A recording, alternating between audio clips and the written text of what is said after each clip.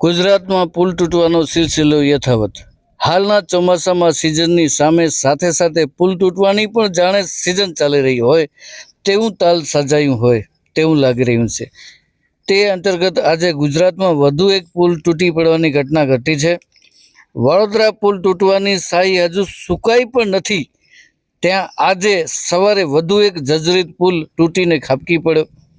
જૂનાગઢમાં માંગરોળ તાલુકાના આજક ગામે અચાનક પુલ તૂટી પડતા ભારે ભરખમ જેસીબી હિટાચી મશીન સહિત અનેક લોકો નીચે રીતસર ખાબકી પડ્યા અને આ દુર્ઘટનામાં લોકોને સામાન્ય ઇજાઓ થઈ હોવાના અહેવાલ છે તેમજ લોકોમાં દહેશતનો માહોલ સર્જાયો છે।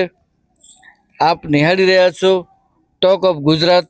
હું છું એન્કર આરકે ટોક ઓફ ગુજરાતથી। આવા સમાચારો જોવા માટે જોડાઈ રહો ટોક ઓફ ગુજરાત સાથે।